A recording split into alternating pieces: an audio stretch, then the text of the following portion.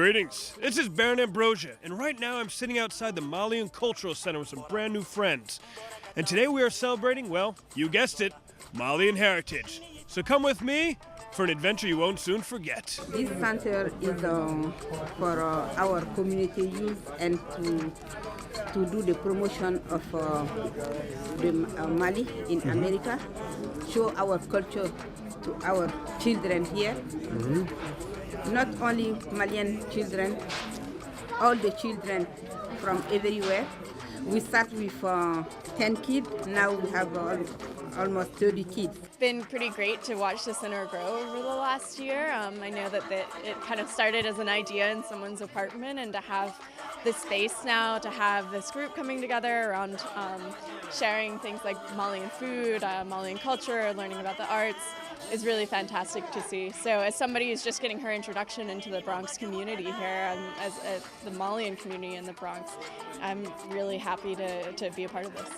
There's a lot of people in the Bronx from Mali, yeah. One of my favorite parts about visiting the Malian Cultural Center is discovering what new dry goods and homemade artifacts they have imported for my shopping pleasure. First, there is the soku, a scepter of authority made from the tail of a horse that I can carry around my neighborhood to let all know that I am a force to be reckoned with. There is intoxicating homemade incense, traditional instruments, and beauty items for the ladies.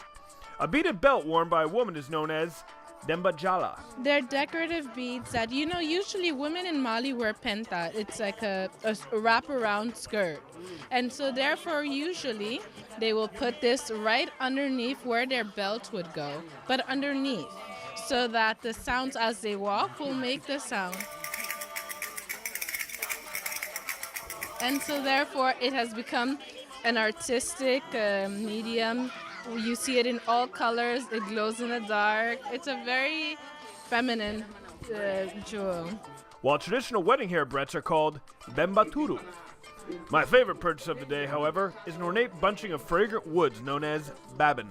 These twigs are left for several hours in a pitcher of cold water, imparting a subtle and refreshing taste.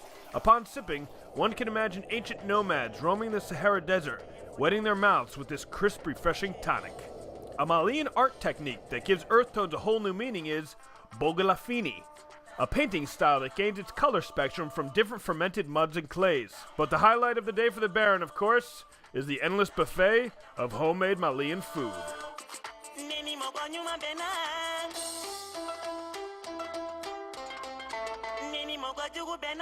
I was in Mali for 2 years with the Peace Corps, and I was in a small village by myself, kind of working on water sanitation issues. I got back about a month ago, and I really miss, being around Malians and the culture, and they're just so friendly and outgoing, and yeah, I definitely really miss that, and just wanted to get kind of connected back to a Malian community. After dinner, I finish off the day by learning a few buzzwords in Mali's indigenous language, Bambara. Isigi. Nadumunike. So as you can see, delicious foods, exciting music, and just outright good times are to be had right here at the Malian Cultural Center. This is Baron Ambrosia, reporting for BronxNet. See you later. Greetings. This is Baron Ambrosia, coming to you from the Malian Cultural Center in the Bronx, where today, the Children's Aid Society has teamed up with members of the Malian community to give the kids a day of education, culture, and summer fun. The Children's Aid Society is a very old organization, and we have been in Manhattan since 1853, looking and finding children in need in poor neighborhoods and providing all kinds of different services, preventive, foster care, and I work in a community school, so we center ourselves in a school, in a public school, and provide social services alongside the school and in integration with them. We're here because our theme for the summer camp is global citizenship, and so we've come here because this is our Africa Week, and we're connected to this Malian Cultural Center through one of our staff members.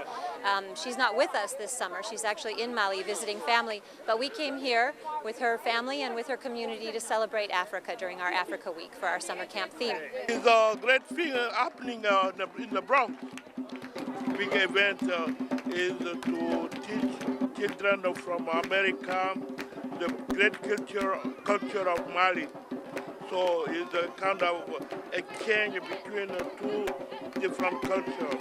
We're teaching them some language and answering their questions and giving them a little history because, as Umu said, so much of what's shown about Africa and Mali in the press is all misery, war, famine, and disease. And so part of what I try to do, I'm a visual artist, and I'm very inspired by Mali. I've been going to West Africa since the 70s, and I spend time there every year. And so part of my mission also is to show the good and the joy and the beauty of Africa as well. And so that's why I'm here.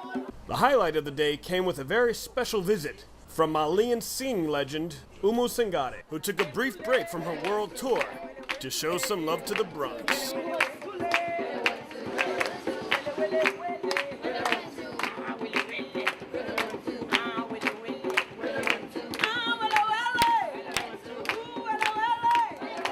Je suis venu voir le centre culturel français malien posé par une brave dame malienne. C'était les enfants américains, les enfants nés ici en Amérique, les enfants qui ne connaissaient pas du tout notre culture. Donc, qu'ils étaient là aussi. C'est une coïncidence. Moi aussi, j'étais de passage pour visiter le coin. Et franchement, j'étais surpris de voir tous ces nombreux enfants venir apprendre et à connaître la culture malienne. L'inspiration vient de l'Afrique. L'inspiration, c'est mon continent qui m'inspire. C'est le courage féminin qui m'inspire. La bravoure des femmes m'inspire beaucoup. Parce que dans mon pays, les femmes sont braves. L'exemple vivant est là. Un seul exemple est là. Chez moi, les femmes sont très très braves. C'est ça qui m'inspire. Je défends beaucoup la cause de la femme africaine, de la femme en général. Et surtout les femmes braves, je chante beaucoup pour elles. Everything. Everything. Comment on s'habille, comment on danse. La joie de vivre cachée. Parce que quand on parle de l'Afrique généralement, c'est la famine, la guerre, les choses malheureuses. Et il n'y a pas que ça en Afrique. Le continent le plus bon de vivre, c'est l'Afrique. Donc, ce côté caché, je voyage à travers le monde, à travers ma musique, pour montrer ce côté caché de l'Afrique, du Mali, de mon pays. Voilà, tout ce que je veux dire aux Africains de bronze, au public, aux gens de bronze, c'est de rester fidèles avec leur culture. L'être humain n'est rien sans sa culture. Voilà. Greetings. This is Baron Ambrosia, standing outside the French consulate, where today, international students from the Bronx and beyond have come together to celebrate a common language. Well, today is our end-of-year event, so our program offers free French classes in public schools and community centers. And this is the end of the academic year, so we have invited all of our students to present their projects and to celebrate the end of the year with us. And today there are about 100 students from 8 different high schools. The objective of our program is to serve French-speaking populations that no longer have the opportunity to continue learning French here in the US. So there are many public schools here that have many French speakers, but they do not have any French classes. The reason is that over the past years there have been many budget cuts in public schools, and it's difficult for some students to have the opportunity to carry on learning the language. There are, if I'm not mistaken, 4 different schools from the Bronx. There is International Community High School. It's on Brook Avenue. There is Bronx International High School. That's on Morris Heights. There is Crotona International High School, so that's near Crotona Park. And there is Claremont International High School. So we do not just work with public schools. We work with many community centers. And in New York, we work with Haitians, the Asian Americans in Action. And in the Bronx, our main partner is the Malian Cultural Center with Madame Asetoussi. We've been working with the Malian Cultural Center for about 4 years now. And every week now we offer a French class and African culture course. So we pay for the teacher. She's a young teacher from Harlem, from a bilingual school in Harlem. so that the Malian Center can carry on its mission of teaching the many African cultures and their Malian culture through the French language. Because I'm Haitian and at home I speak Creole, so I don't actually use my French. So having this program, it kind of helped me keep my French in a professional and educational perspective. So it kind of helped me communicate with other students and other people. So it was great, that's one thing. And then it actually pushed me to have a minor in college now, that I'm taking a minor in French so that I can actually interpret or translate and even write in French, like as a professional level and everything.